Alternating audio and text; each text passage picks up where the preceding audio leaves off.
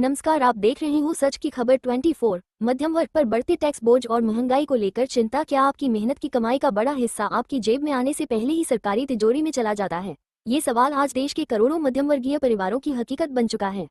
आज राज्यसभा में राघव चड्ढा ने मध्यम वर्ग की आर्थिक स्थिति पर गंभीर चिंता व्यक्त करते हुए कहा कि देश का नौकरी पेशा वर्ग लगातार बढ़ते टैक्स और महंगाई के दोहरे दबाव में जीवन यापन कर रहा है। उन्होंने सदन में बताया कि देश के इतिहास में पहली बार आम नौकरी पेशा नागरिकों द्वारा चुकाया गया आयकर लगभग 11 लाख रुपए करोड़ तक पहुंच गया है, जबकि बड़ी कॉर्पोरेट कंपनियों से कुल टैक्स संग्रह करीब 9 रुपए 8 लाख करोड़ ही रहा। ये स्थिति दर्शाती है कि देश की अर्थव्यवस्था का सबसे बड़ा भार मध्यम वर्ग उठा रहा है। वर्तमान में महंगाई दर लगभग 6-8% बनी हुई है, जबकि आम लोगों की आय में अपेक्षित वृद्धि नहीं हुई है। बीते एक वर्ष में बच्चों की शिक्षा का खर्च लगभग 8%, मकान किराया 7%, स्वास्थ्य सेवाएं 9%, भोजन 6% तथा दैनिक आवागमन का खर्च 5% तक बढ़ गया है। इन परिस्थितियों में टैक्स स्लैब में राहत न मिलना मध्यम वर्ग की आर्थिक स्थिति को और कमजोर कर रहा है। सदन में ये भी कहा गया कि आज का मध्यम वर्ग एक सैंडविच की तरह बन गया है। उसे न तो गरीब वर्ग की तरह सरकारी योजनाओं का लाभ मिलता है और न ही उच्च आय वर्ग की तरह टैक्स में बड़ी छूट। इसके बावजूद वही वर्ग सबसे अधिक कर भुगतान कर रहा है। इसी संदर्भ में मांग उठाई गई कि स्टैंडर्ड डिडक्शन को वर्तमान 75,000 रुपए से बढ़ाकर 1 रुपया 5 लाख किया जाए, जिससे नौकरी पेशा वर्ग को कुछ आर्थिक राहत मिल सके। वक्ताओं ने कहा कि बजट केवल आंकड़ों का दस्तावेज नहीं होना चाहिए, बल्कि देश की रीढ़ माने जाने वाले मध्यम वर्ग को मजबूत बनाने का माध्यम बनना चाहिए। यदि मध्यम वर्ग लगातार महंगाई और टैक्स के बोझ तले दबता रहा, तो देश की आर्थिक प्रगति के दावे भी कमजोर पड़ सकते हैं। सर, अक्सर देखा जाता है जब वित्त मंत्री बजट पेश करती हैं तो रूलिंग कोalition के जो एमपीज हैं जो ट्रेजरी बेंचेस पर बैठते हैं, वो सरकार की तारीफ करते हैं और कहते हैं कि इससे भारतीय अर्थव्यवस्था में क्रांति आ जाएगी इस बजट से। और विपक्ष में जो बैठे हैं वो अक्सर निंदा करते हैं, कहते हैं किसान की कमर तोड़ दी, बहुत महंगाई हो गई, अमीर और अमीर हो रहा है, गरीब और गरीब हो रहा है। लेकिन मैं आज प्रयास करूंगा कि एक ऑब्जेक्टिव एनालिसिस इस बजट का करूं और कंस्ट्रक्टिव क्रिटिसिज्म अपना आपके माध्यम से वित्त मंत्री को दूं। So the title of my speech is The Good, the Bad and the Way Forward. 4 good things that I found in this budget, 4 bad things that I found in this budget, and 4 innovative suggestions to the Honorable Finance Minister. So the first good thing that I found in the budget is that there was an increase in the STT for derivative trading. Usually सरकार की निंदा हुई इस विषय को लेकर, markets भी गिरी, लेकिन मेरा यह मानना है कि इस कदम से स्पेक्युलेटिव ट्रेडिंग यानी कि सट्टा ट्रेडिंग समाप्त होगी या कम होगी और रिटेल इन्वेस्टर जो 90% रिटेल इन्वेस्टर एफएनओ सेक्टर में नुकसान भुगतता है, फ्यूचर्स एंड ऑप्शंस के चलते जुआ खेलता है, उसमें आपको रिटेल इन्वेस्टर की प्रोटेक्शन का एक माध्यम बन सकता है। लेकिन मैं इसी के साथ साथ वित्त मंत्री जी को याद दिलाना चाहूंगा कि एसटीटी का जेनेसिस क्या है, एसटीटी का जन्म कब हुआ। एसटीटी हमारे senior colleague mister P Chidambaram जब फाइनेंस मिनिस्टर थे तो उन्होंने इंट्रोड्यूस किया and it was introduced to replace long term capital gain tax on equities. जब long term capital gain on equity zero था तब एसटीटी को लाया गया कि वे एक सिंपल अपफ्रंट लेवी होगी ट्रेड्स पर regardless of profit and loss. लेकिन अब सरकार ने long term capital gain tax भी लगा दिया, एसटीटी भी लगा दिया और रिटेल इन्वेस्टर को और तमाम इन्वेस्टर्स को एक प्रकार से डिसइंसेंटिवाइज किया। मैं एक सुझाव लाया हूं सरकार के लिए जिससे long term house hold earnings बढ़ेंगी, वेल्थ क्रिएशन होगा और वेल्थ पार्किंग रियल एस्टेट और गोल्ड के सेक्टर से निकलकर इक्विटीज में आएगी और स्पेक्युलेटिव ट्रेडिंग और कम होगी और long term investment behaviour investors का बढ़ेगा। वो की है कि long term capital gain tax on equities should be made nil in this country for individual investors. दुनिया की कई ऐसे देश हैं जिसके अंदर long term capital gain tax equities पे खास तौर पे शून्य है, जैसे कि Switzerland, Singapore, UAE, New Zealand, Hong Kong, Qatar, Malaysia. मैं चाहूंगा कि जब एसटीटी बढ़ाया जा रहा है तो इसी बजट में ही long term capital gain tax को जीरो किया जाए। सर, मेरा दूसरा जो मैं सरकार के बजट को एक्नॉलेज करना चाहूंगा वो ये है कि कैपेक्स के जो एक्सपेंडिचर एलोकेशन होता है उसमें एक बढ़ोतरी देखी गई। जहां वित्तीय वर्ष 18-19 में मात्र 3 लाख करोड़ कैपेक्स था, वो इस वित्तीय वर्ष में 12 लाख करोड़ तक पहुंचा है, which is 4.4% of the GDP, which is a good step. It will have a multiplier effect and it will prioritize asset creation. लेकिन इसके साथ साथ सरकार को 5 साल में क्या कैपेक्स वो कौन कौन से क्षेत्रों में खर्चा करने जा रही है उसका एक ब्यौरा देना चाहिए ताकि प्राइवेट सेक्टर भी इस कैपेक्स के खर्चे को मैच कर सके. So third thing which we found in the speech of the finance minister is that there was a relative restraint in making budgetary announcements for election bound states. अक्सर वित्त मंत्री का भाषण सुन के बता सकते हैं कि कौन से राज्यों में चुनाव होने जा रहा है. इस स्पीच में उन्होंने थोड़ा सा रिस्ट्रेंट एक्सरसाइज किया जिसे मैं एक्नॉलेज करता हूं. और आखिरी अच्छी चीज जो इस बजट में नजर आई वो ये था कि एनआरआई की इन्वेस्टमेंट लिमिट में एनहांसमेंट हुई. लेकिन मैं बता दूं कि जब एफआईआईज ने, फॉरेन इन्वेस्टर्स ने, फॉरेन पोर्टफोलियो इन्वेस्टर्स ने इस देश के बाजार से पैसा निकाल लिया और पिछले एक वित्तीय वर्ष में 23 बिलियन निकाला, तब जाकर सरकार जागी और सरकार ने एनआरआईज के लिए इक्विटी मार्केट का दरवाजा खोलकर उनकी इन्वेस्टमेंट लिमिट को 5% से बढ़ा दिया. इसमें कोई दो राय नहीं है कि इससे इन्वेस्टर्स 32 मिलियन एनआरआई इन्वेस्टर्स को अब भारतीय बाजार में पैसा डालने का मौका मिलेगा. लेकिन इसी के साथ साथ सरकार को इस पर भी गौर फरमाना चाहिए कि क्यों फॉरेन इन्वेस्टर्स भारत से पैसा निकाल कर बाजार को छोड़कर जा रहे हैं. Sir, now I come to the bad part of the budget. First thing is the debt to GDP crisis. सरकार ने और डेट लेने के लिए, कर्जा लेने के लिए इस बजट में फॉर्मूला ही बदल दिया. पहले सरकार डेट जब लेती थी तो ओल्ड एफआरबीएम रूल्स के तहत 3% ऑफ जीडीपी तक का फ्रेश डेट लेती थी. इस बजट में सरकार ने उस फॉर्मूले को बदलकर कहा कि टोटल सरकार का डेट जीडीपी का 50% होगा और उस सीमा में हम डेट लेंगे.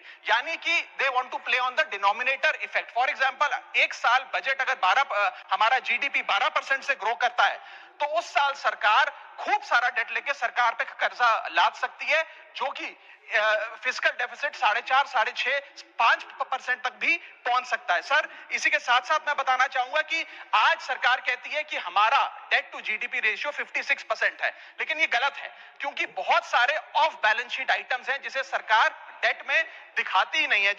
जैसे कि FCI bonds, OMC bonds, fertiliser, NHAI, NFSS, यानी कि तमाम तरीके के ऐसे कर्जे हैं सरकार के ऊपर जो सरकार अपनी बैलेंस शीट में नहीं दिखाती है. सर, मैं सरकार को आपके माध्यम से ये रिक्वेस्ट करना चाहूंगा कि देश का कर्जा और कैसे ना बढ़े इस पर काम करें, ना कि और कर्जा लेने के लिए हम जीडीपी और डेट टू जीडीपी के फॉर्मूले के रेशियोज बदलकर और पैसा कर्जे पे ब्याज पर लेने का प्रयास करें. सर, दूसरी दिक्कत जो इस बजट में नजर आई वो ये थी कि इनकम टैक्स स्लैब में चेंज नहीं हुआ. सर, हर साल देश का आम आदमी जब वित्त मंत्री जी की बजट की स्पीच सुनता है तो वो इसलिए नहीं सुनता कि पीएलआई की क्या इन्वेस्टमेंट होगी, कौन सा कॉरिडोर बन रहा है. देश का आम आदमी, सैलरीड क्लास, इसलिए बजट की स्पीच सुनता है कि उसके अंदर स्लैब में कोई रिवीजन होगा, क्या हमारी स्टैंडर्ड डिडक्शन की जो हमें डिडक्शन मिलती है वो बढ़ेगी. लेकिन इस बार बजट में देश का आम आदमी और खास तौर पे देश का मिडिल क्लास डिसअपॉइंट हुआ. पहले ही there has been a stagnation in the salaries. Inflation 6.8% पे खड़ा है, लेकिन उसके बावजूद हमने इस बार कोई स्लैब में या स्टैंडर्ड डिडक्शन में चेंज नहीं देखा. मैं आपके माध्यम से वित्त मंत्री जी को रिक्वेस्ट करना चाहूंगा कि आप इसी बजट में अनाउंसमेंट करें कि स्टैंडर्ड डिडक्शन जो 75,000 रुपए है उसे बढ़ाकर सैलरीड क्लास के लिए 1.5 लाख रुपए किया जाए. Sir, third problem that was there with the budget is that there was no relief for the middle class. Sir, after a very long time in India's history the personal income tax collection was more than the corporate income tax collection. यानी कि individuals ने जो income tax भरा वो लगभग 11 लाख करोड़ के आसपास भरा और कंपनियों ने, कॉर्पोरेट ने जो इनकम टैक्स भरा वो लगभग 9.8 लाख करोड़. यानी कि मैक्सिमम टैक्स आपको इंडिविजुअल्स के इनकम टैक्स से मिल रहा है, आप मिडिल क्लास वो टैक्स भर रहा है. आज वो दौर आ गया है कि हम मिडिल क्लास को अपलिफ्ट करें, मिडिल क्लास को पैम्पर करें, नहीं तो मिडिल क्लास एक सैंडविच की तरह रिच क्लास और पुअर क्लास में दबता चला जा रहा है. सर, राइजिंग कॉस्ट प्रेशर्स के चलते पिछले वित्तीय वर्ष में मिडिल क्लास ने देखा कि उसके एजुकेशन के खर्चे में 8% की बढ़ोतरी हुई, हेल्थ केयर 9% से महंगा हुआ, रेंट 7% से, फूड 6% से, ट्रांसपोर्ट 5% से. मेरा रिक्वेस्ट ये है माननीय फाइनेंस मिनिस्टर से कि वो इनकम टैक्स में रियायत देकर या तो मिडिल क्लास को कोई रिलीफ दें, और अगर इनकम टैक्स में रियायत नहीं दे सकती हैं तो उसकी सेविंग्स और इन्वेस्टमेंट्स पे उसको बेनिफिट दें, उसे इंसेंटिव्स दें कि वो ज्यादा बचत करे, ज्यादा वेल्थ क्रिएशन कर पाए. Sir, fourth problem in this budget that I found was the budgetary allocation to health which is low and which certainly needs a relook. Sir, आज हमने अपने टोटल गवर्नमेंट एक्सपेंडिचर का 2% हेल्थ को allocate किया है, लगभग 1 लाख करोड़ के आसपास. नेशनल हेल्थ पॉलिसी 2017 बताती है सर, और सरकार का ये अपना ऑब्जेक्टिव रहा है, गोल रहा है, that spending on public health should be 2.5% of GDP. आज हम 2026 में खड़े हैं, हमारी पब्लिक हेल्थ पे स्पेंडिंग मात्र 0.5% ऑफ जीडीपी। हम अपने लक्ष्य से कोसों मील दूर हैं। जहां यूएस में 18% ऑफ जीडीपी हेल्थ केयर पे खर्च होता है, यूके में 12%, जर्मनी में 13%, स्वीडन में, नेदरलैंड में, डेनमार्क में, जापान में, स्पेन में 10% ऑफ जीडीपी खर्च होता है, क्योंकि वो देश जानते हैं कि जान है तो जहान है। लेकिन हमारे देश में मात्र 0.5% ऑफ जीडीपी हम अपने हेल्थ पे खर्च करते हैं। और इसके चलते आलम यह है कि सरकारी अस्पताल में अगर आप चले जाइए, which is called the backbone of India's health care, वहां पर आपको पुरानी जर्जर बिल्डिंग मिलेंगी, मैसिवली अंडरस्टाफ्ड हॉस्पिटल मिलेगा, ओवरवर्क डॉक्टर मिलेंगे, पॉपुलेशन के हिसाब से बेड नहीं मिलेगा, जांच के लिए मशीनें नहीं है, दवाइयों की कमी है, और अगर इलाज की, ऑपरेशन की डेट मिल भी जाए तो वो डेट इतनी दूर होती है तब तक मरीज चल बसता है। So the reality is that COVID made us realise and it was a wake up call for India's public health infrastructure. And I want to ask the house today, are we prepared, God forbid, if there were to be another pandemic or another big raging pandemic in this country? And the answer to that is no. और private अस्पतालों की sir हालात ये हैं कि अगर आज आपको प्राइवेट अस्पताल में इलाज करना पड़े तो आपको लोन लेना पड़ता है, अपने घर के गहने, अपना रियल एस्टेट एसेट बेचकर पता नहीं कितने हजारों लाखों लोग हर साल भारत में गरीबी रेखा के नीचे चले जाते हैं, क्योंकि उन्हें एक हेल्थ इमरजेंसी के चलते प्राइवेट अस्पताल में इलाज कराना पड़ता है। सर, जैसे वन नेशन वन इलेक्शन इस देश में लागू किया जा रहा है, वन नेशन वन टैक्स की ओर हम बढ़ रहे हैं, वैसे ही one nation one medical treatment की ओर बढ़ना चाहिए। सबको नंबर 1 मेडिकल ट्रीटमेंट देश में मिले, ऐसी व्यवस्था बननी चाहिए। सर, मेरे 4 सुझाव जो आपके माध्यम से मैं वित्त मंत्री को देना चाहूंगा। पहला सुझाव है, put all land and property records of India on blockchain. एक blockchain based land registry ledger बनाइए। पहले 10 मेजर राज्यों शहरों से शुरू करिए, महानगरों से और टियर 2 सिटीज से, जिस ब्लॉकचेन लेजर में हर रिकॉर्ड, हर सेल, हर म्यूटेशन, हर इनहेरिटेंस को एक डिजिटल रिकॉर्ड बुक में डाला जाएगा, जो एक ब्लॉकचेन लेजर होगा, जो टाइम स्टैम्प्ड होगा, टेम्पर प्रूफ होगा, 100% ट्रांसपेरेंट होगा, और रियल टाइम प्रॉपर्टी ट्रैकिंग आप उसे कर सकेंगे, जिसके चलते इंस्टेंट टाइटल वेरिफिकेशन होगा। आज सर, हमारा जो रियल एस्टेट का लैंड एंड प्रॉपर्टी रिकॉर्ड का जो बाजार है, उसमें अटर कियोस है। कियोस इसलिए है कि लोगों को रजिस्ट्रार के दफ्तर के बाद धक्के लग रहे हैं, दलालों ने उन अफसरों पे पूरी तरीके से कब्जा किया हुआ है, प्रॉपर्टी टैक्स में चोरी होती है, सर्कल रेट को एक्सप्लॉइट करके कैश में प्रॉपर्टियां खरीदी जाती हैं, फर्जी कागज, कब्जे, टाइटल डिस्प्यूट, न जाने क्या क्या चल रहा है, जिसके चलते आज 66% of India civil disputes are land disputes, 45% of properties lack clear title in India. India ranks 133 out of 190 in property registration efficiency. 48% of our properties are under dispute, and the average time taken by civil courts to resolve these disputes is 7 years. And 6.2 crore property documents are pending digitization. वो तहसीलदार के दफ्तर में पड़े या registrar के दफ्तर में, उनका डिजिटाइजेशन अभी तक नहीं हुआ। इन सारी बीमारियों का एक ही दवा है, that is national blockchain registry, जिसके चलते प्रॉपर्टी डिस्प्यूट समाप्त होंगे, मिडिल क्लास की वेल्थ अनलॉक होगी, क्योंकि वे और ब्याज पे पैसा ले पाएंगे, प्रॉपर्टी टैक्स की कंप्लायंस बढ़ेगी, और रीट्स जैसे इन्वेस्टमेंट व्हीकल्स को ब्लॉकचेन वेरीफाइड टाइटल मिलेंगे, उसमें भी बढ़ोतरी देखी जाएगी। इसी के साथ साथ सर, दुनिया के कई देशों ने इसे लागू कर दिया है। स्वीडन में यह लागू है, जहां पर एक दिन में आप प्रॉपर्टी का ट्रांजैक्शन कंप्लीट कर सकते हैं, वहां डिस्प्यूट रेट 2% है। जॉर्जिया में है, जहां 3 दिन में प्रॉपर्टी का ट्रांजैक्शन खत्म हो जाता है, डिस्प्यूट रेट 1% है। और यूएई में है, जहां 10 मिनट में आप अपनी प्रॉपर्टी खरीद बेच सकते हैं, वहां डिस्प्यूट रेट 1% से भी नीचे। और वहां हिंदुस्तान में प्रॉपर्टी बेचनी हो तो 2 से 6 महीने लगते हैं, और 48% डिस्प्यूट रेट है। सर, मेरा दूसरा सुझाव है, inflation linked salary revision act. Bharat में वेजेस को इंडेक्स करिए महंगाई से। वित्तीय वर्ष 18 से लेकर वित्तीय वर्ष 26 में हमने देखा कि real wages for the salaried class में 16% की गिरावट आई। ये गिरावट का मतलब इन सालों में जितनी महंगाई थी, जिस स्तर पे महंगाई बढ़ी, उस स्तर पे वेजेस नहीं बढ़ी, जिसके चलते 16% की गिरावट रियल वेजेस में देखी गई। इसीलिए mandatory wage indexation formula is the need of the hour, and the government must look at it. इसके चलते तमाम फॉर्मल सेक्टर्स में, corporate, shops, factories, gig workers, सबको इन्फ्लेशन इंडेक्स वेज हाइक मिलेगा। और सरकार के मुलाजिम को तो मिलता ही है, हर साल डियरनेस अलाउंस मिलता है, उसके बाद आप हर कुछ सालों में पे कमीशन लागू होता है।